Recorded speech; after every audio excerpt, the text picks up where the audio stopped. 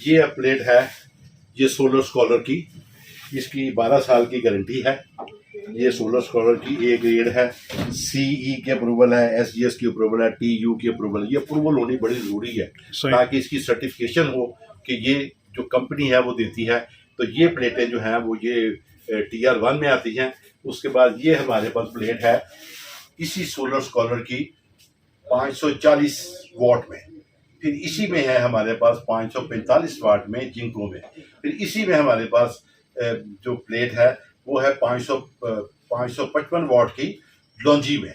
फिर और भी काफ़ी प्लेट्स हैं, तो ये प्लेटें हैं। फिर इसके बाद 450 वाट में हमारे पास प्लेट्स काफ़ी अवेलेबल हैं, तो वो जो भी आप लेना चाहें वो ले सकते। 600 वाट की भी अभी हमारे पास वो नई इंट्रोड्यूस हुई हैं, ये जो लगी हुई हैं, ये 605 वाट की ये प्लेटें हैं। तो ये भी इस वक्त काफ़ी ज़्यादा इन हुई हैं। तो उसके बाद ये पंखे हैं, DC फैन, ये AC DC दोनों पे चलते हैं, 12 वोल्ट और 220 वोल्ट पे। और इनकी सबसे बड़ी जो एडवांटेज है वो ये है कि ये 60 वाट के ऊपर बेस है, 50 वाट के ऊपर बेस है। अच्छा। जो हमारा पुराना पंखा है वो चलता है 160 से 180 वाट। सही। तो ये 3 पंखे चले तो वो एक पंखा चले तो एक बराबर है। तो इसलिए घर की एनर्जी को सेव करने के लिए कम से कम पहले सेट के ऊपर आप पंखे जरूर अपने चेंज करें। तो ये चूंकि ड्यूल है, ये 12 वोल्ट भी और 220 दोनों भी चलते हैं, तो इसीलिए इसको भी चलाने से काफ़ी आपकी बिजली सेफ हो सकती है कि मैं गाए बगाए ये सोलर की आगाही के लिए कुछ ना कुछ वो डिलीवर करता रहता हूँ।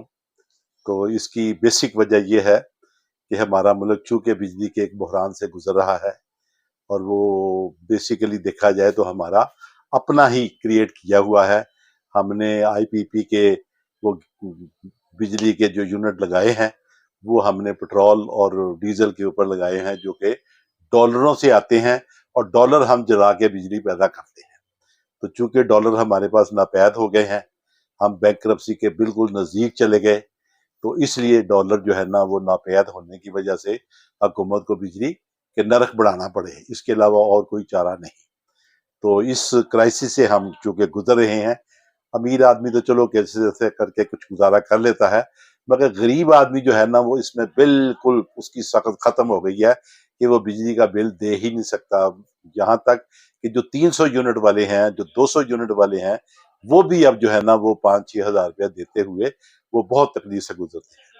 तो इसके लिए अल्लाह ताला ने हमें 3-4 चीज़ों से नवाजा है जिससे हमें बिल्कुल मुस्तफीज होना चाहिए। एक है पानी, कि पानी से हम जो है वो बिजली पैदा करें, और वो सबसे सस्ता है, वो 1 रुपये आजकल 3 रुपये है। जब फिजिबिलिटी बनी थी तो कोयले की बिजली जो है वो 7 रुपये से लेके 9 रुपये तक नॉर्मल जो हमारे मुल्क में कोयला पैदा होता है उसकी वजह से वो रेट आएगा। और अगर हम इम्पोर्टेड कोयला इस्तेमाल करते हैं तो 15-16 रुपये पे वो हमें बिजली मिलती है। जो हमें पेट्रोल से और डीजल से बिजली मिलती है उसकी कीमत जो है वो 50 रुपये, 45 रुपये और 60 रुपये पे चली गई, जिसकी वजह से हमारा जो आज का जो यूनिट है वो तकरीबन 40 से 40 रुपये, 41 रुपये है, मगर आने वाले वक्तों में 45 रुपये में चला जाएगा। ये है बेसिकली उसकी सूरत हाल। तो इससे बचने के लिए अल्लाह ताला ने हमें एक और बड़ी नेमत से नवाजा है, वो है सूरज। तो सूरज से अगर हम बिजली पैदा करें तो उससे हमें एक तो मुफ्त है, एक यह है कि वो 10, 20, 30 साल के लिए मेरी कैलकुलेशन के मुताबिक ये जो सोलर पैनल हैं जो अगर एक रेट आप अगर इस्तेमाल करें तो ये 10, 20, 30 साल इनसे बिजली पैदा होती रहेगी। और ये ग्रेजुअली लोगों में बहुत ज़्यादा इसका रुझान बढ़ रहा है। तो हमने इसके बड़े छोटे छोटे नॉमिनल से पैसों से ये पैकेज बनाए हैं। पहला तो हमने बनाया है DC। तो DC के लिए आप एक पैनल लगाएं, एक पैनल सिर्फ एक पैनल से एक पंखा चलाएं, एक पैनल से 2 पंखे चलाएं, उस पंखे से 3 पंखे चलाएं, या एक कूलर या एक पंखा चलाएं, लाइटें जलाएं। तो ये DC सिस्टम जो है ये बड़ा इकोनॉमिकल सा है। इसमें 13-14 हज़ार रुपये की प्लेट है, मगर वो अच्छी तो नहीं होती, मगर जिसके इतने ही पैसे हैं वो इससे भी गुजारा कर सकता है। इसके बाद दूसरी जो प्लेट है वो है 22,000 रुपये की, जो अच्छी गुड क्वालिटी 12 साल की गारंटी वाली है। इसके बाद एक है 26,000 रुपये की, जो हम पहले 29,000 रुपये की बेचते थे, अब वो 26,000 रुपये की है, सोलर स्कॉलर की, 310 वाट की, 12 साल गारंटी कंपनी वाली। एक बगैर कंपनी के भी वो आ चुकी हैं मार्केट में, वो सस्ती हैं 2-3 हज़ार रुपये, मगर कोशिश ये करनी चाहिए कि क्वालिटी के ऊपर कंप्रोमाइज नहीं करना चाहिए, इसलिए कि इसमें 10-20-30 साल ये आपको बिजली पैदा करते रहना है। तो पहला तो मेरा रिकमेंडेड है कि डीसी सिस्टम सबसे बेहतर है, उसके साथ आप एमपीपीटी कंट्रोलर लगाएं जो आपकी ज़्यादा जो बिजली आएगी उसको स्टोर करता रहे। तो ये तो डीसी सिस्टम है। इसके बाद फिर है कि लोगों के घरों में यूपीएस लगे हुए हैं, तो जिन लोगों के घरों में यूपीएस लगे हुए हैं वो अपने यूपीएस को बेकार ना करें, उसके साथ 2 या 3 प्लेटें लगा के तो वो उससे उसी को सोलर के ऊपर कन्वर्ट कर सकते हैं। तो जब उसी के ऊपर सोलर पे कन्वर्ट कर लेंगे तो वो भी तकरीबन 60% 65% में वो इसी के ऊपर चले जाएंगे। तो इसकी जो वो आपको कन्वर्शन मिलेगी वो क्योंकि बैटरी अगले के पास पड़ी होती है, यूपीएस घर में पड़ा होता है, सिर्फ 2 प्लेटें या 3 प्लेटें लगाने से वही घर जो बिजली का बिल दे रहा है वो डे में बिजली के बिल से मुस्तस्ना हो जाएगा और सारा दिन वो सोलर के ऊपर वो अपनी बिजली प्रोड्यूस करता रहेगा। रात को ज़ाहिर है वार्डा में करनी है, तो ये एक और एडवांटेज वाली बात है कि आपको नया इन्वर्टर खरीदने की ज़रूरत नहीं है। इसके बाद ये है कि जिनके पास यूपीएस पहला पुराना नहीं है वो फिर नया जो यूनिट जो है वो उसको लगा सकते हैं।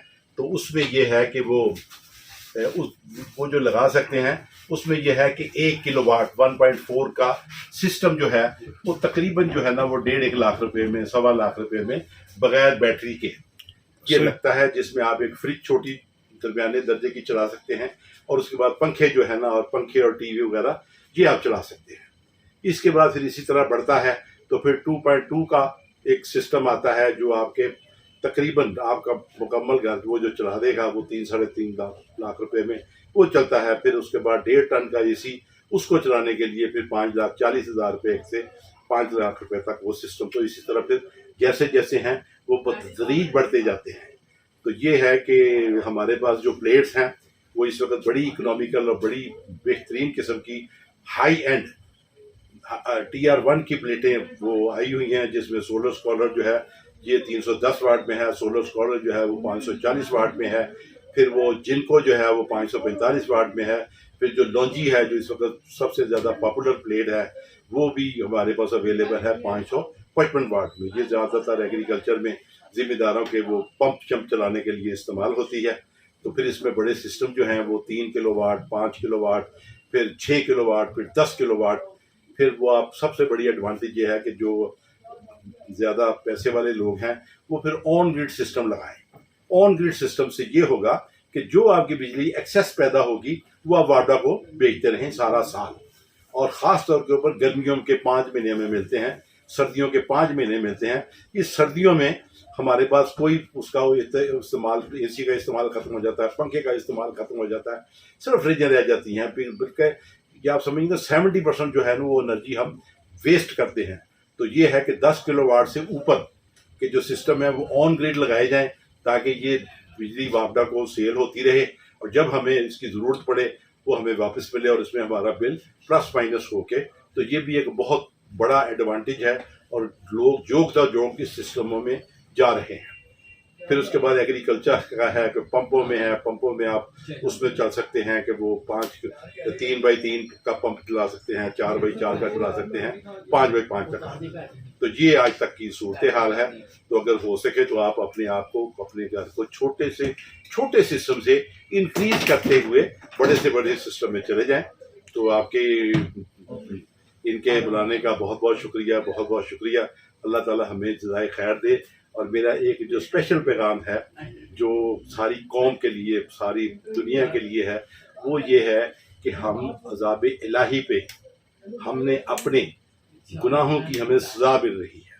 तो जब तक हम अपने रब ताला से सिद्क़ के दिल से अपने गुनाहों की माफ़ी नहीं मांगेंगे, अपने गुरूर तकब्बुर की माफ़ी नहीं मांगेंगे और अपनी नमाज़ों को समझ के नहीं पढ़ेंगे, क्योंकि नमाज ही एक ऐसा तरीका है जिससे अल्लाह ताला मुआफ़ कर सकता है, जिससे अल्लाह ताला हिदायत दे सकता है, जिससे अल्लाह ताला सिरात मुस्तकीम पे चला सकता है।